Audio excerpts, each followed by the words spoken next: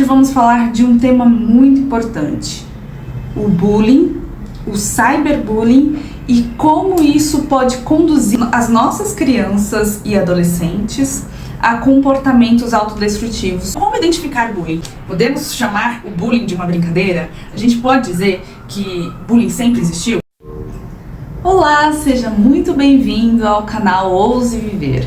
O meu nome é Diana Barros, eu sou escritora e suicidóloga, ou seja, eu sou uma especialista na intervenção da autolesão e prevenção do suicídio. Eu falo para pais e educadores sobre como eles podem proteger as crianças contra comportamentos autodestrutivos.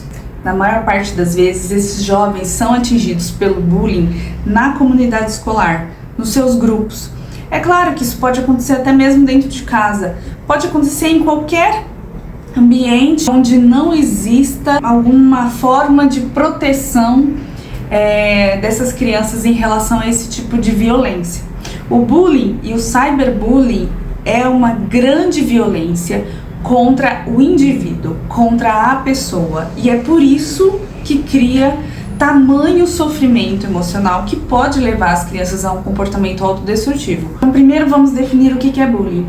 Bullying é uma violência continuada, sistemática, que causa um enorme sofrimento emocional para a vítima e pode levar à morte. A gente vai falar um pouquinho das possíveis consequências mais para frente.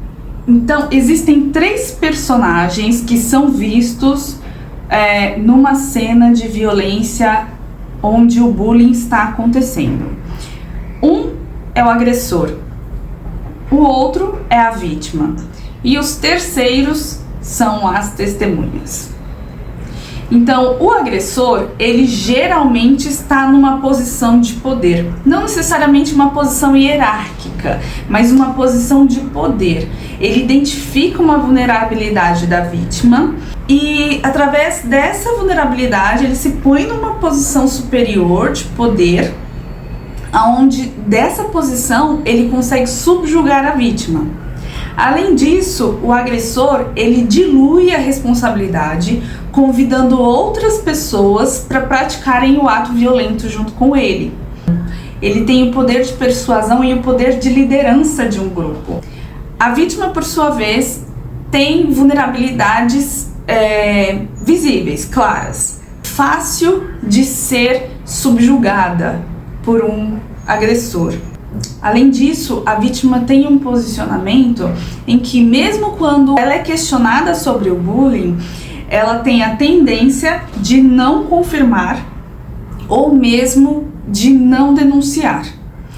A denúncia acontece geralmente em circunstâncias já em uma situação muito avançada, em que a vítima já está demonstrando adoecimento emocional ou outras violências já estão acontecendo no ambiente escolar. Não costuma acusar o seu agressor, nem mesmo se defender. Além disso, por mais que ela tenha suas vulnerabilidades, aquelas vulnerabilidades são tão um ponto fraco dela. Esse agressor, ele conseguiu muitas vezes identificar o ponto mais fraco da vítima, e aquilo faz tão mal para ela que ela não consegue se defender, né? Pega num ponto muito fraco, num gap total da vítima, e ali ela se vê impotente, sem capacidade de se defender. Além disso, na maior parte das vezes a vítima não consegue entender por que ela foi escolhida para ser agredida daquela forma, por que as pessoas estão fazendo isso com ela.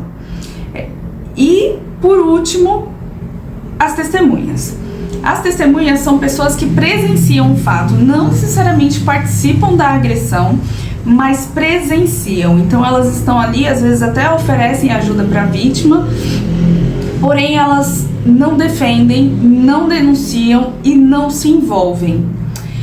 Por agirem assim, elas acabam contribuindo com essa continuidade das agressões e do processo de bullying, até mesmo do processo de adoecimento da outra pessoa. As testemunhas, elas também são vulneráveis, elas têm medo de que passem a ser as próximas vítimas e em muitos casos elas são ameaçadas de serem a próxima vítima. O cyberbullying é ainda pior. Ele tem todas essas características, porém ele acontece num ambiente sem muros. Na escola você tem o horário de entrada e saída, então você tem um limite para o bullying. Você tem férias, você tem feriado, finais de semana. De certa forma, o processo de bullying está condicionado a um ambiente, um horário, dias, etc. O cyberbullying, ele ultrapassa todas as fronteiras, né? Então ele pode te acompanhar durante a noite, durante o dia, para qualquer lugar, durante as férias.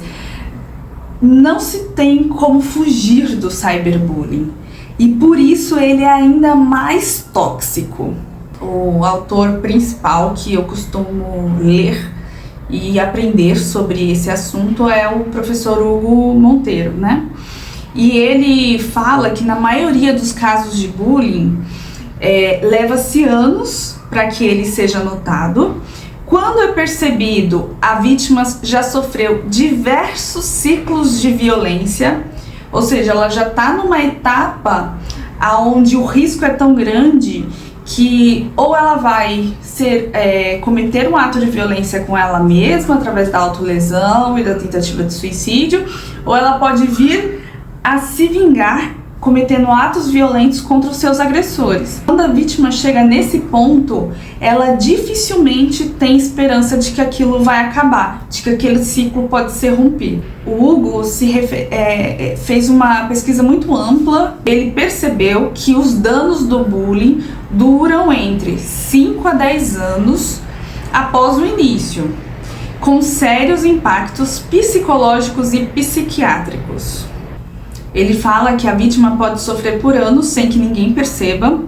O Hugo também fala que o Brasil tá em atraso em relação a outros países da Europa, por exemplo, em cerca de 15 anos de estudos e intervenção sobre o bullying. A gente praticamente não tem dados a respeito do bullying.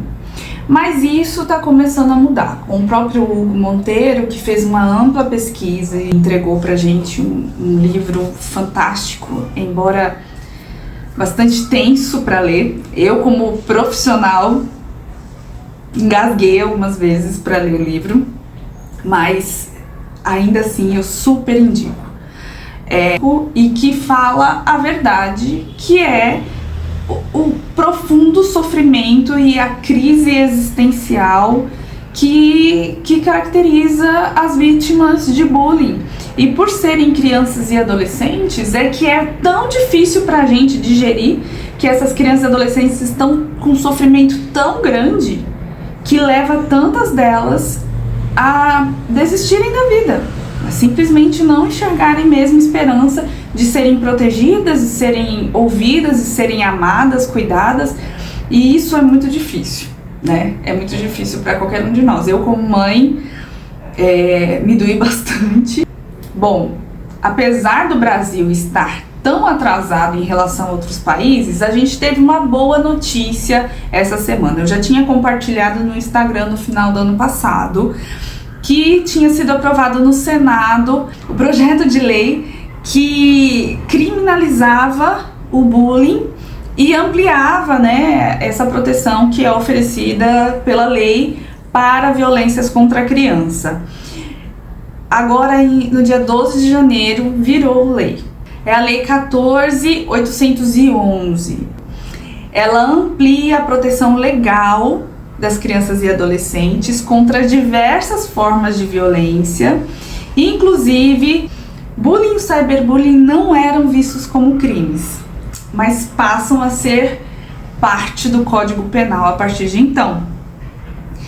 Inclusive, é uma conquista tão importante porque o bullying e o cyberbullying ele foi visto com suas características individuais pela lei, né? Então o bullying ele passa a ser crime, mas a lei prevê o pagamento de multa.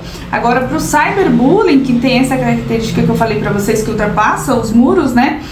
Ele pode chegar à reclusão de 2 a 4 anos.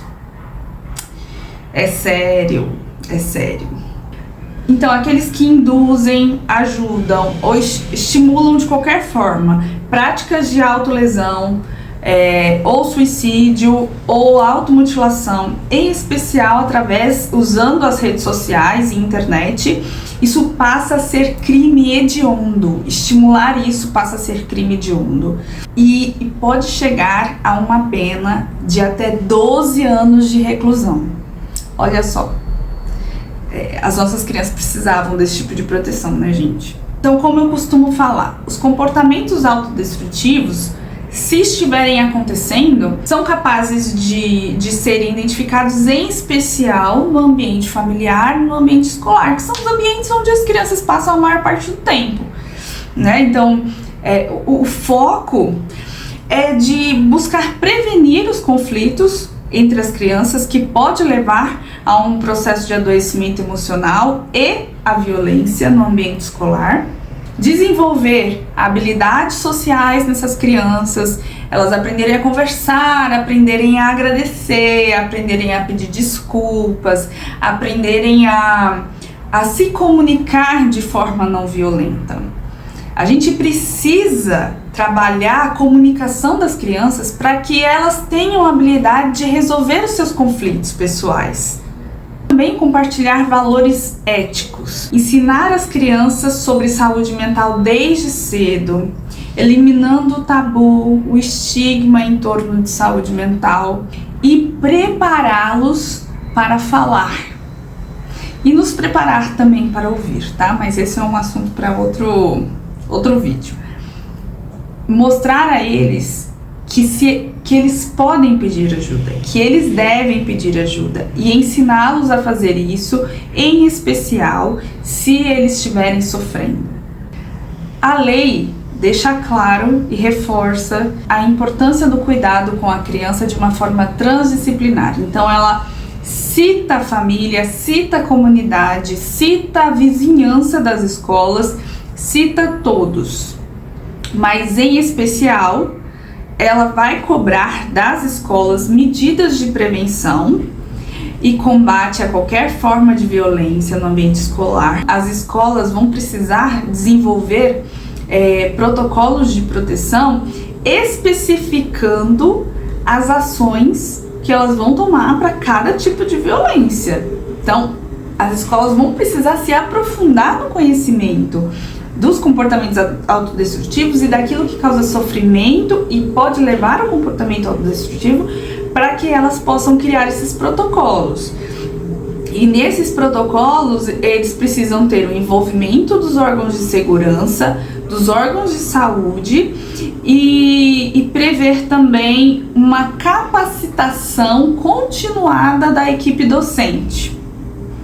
Porém, essa capacitação não é só para a equipe docente, ela deve ser estendida à comunidade na forma de informação e para a vizinhança da escola. Então a lei trouxe aqui uma grande responsabilidade para as instituições escolares, e é algo que eu falo há muito tempo, né, que a gente precisa capacitar, os professores precisam saber lidar com isso, a escola precisa ter psicólogos que saibam lidar com isso e toda a comunidade escolar, porque às vezes o aluno, ou quem pode presenciar, é o inspetor de alunos, é a pessoa que está servindo o almoço, que pode ver uma situação ou outra e precisa saber o que é o que, saber identificar. Nós temos o dever também de monitorar as redes sociais dos nossos filhos, porque uma outra coisa que a lei fala, e isso é muito importante, é sobre o agravamento dessas penas, caso isso aconteça através da internet. Então a gente precisa monitorar as redes sociais dos nossos filhos para garantir que eles não estão sofrendo isso ou que não estão tendo acesso a páginas que trazem informações que vão ser nocivas para o comportamento deles. E quando identificarmos isso, se identificarmos, a gente precisa denunciar também. Por mais atrasado que o Brasil esteja em relação a outros países do mundo, Algumas ações estão sendo tomadas e essa lei é um enorme avanço.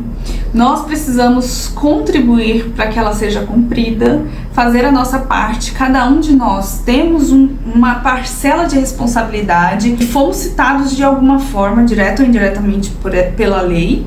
Ela está nos convocando à responsabilidade de fazer acontecer esse avanço. Vamos juntos proteger as nossas crianças e garantir que os ambientes onde elas estão sejam ambientes onde elas possam estar seguras, elas possam ser acolhidas e cuidadas quando estiverem em sofrimento.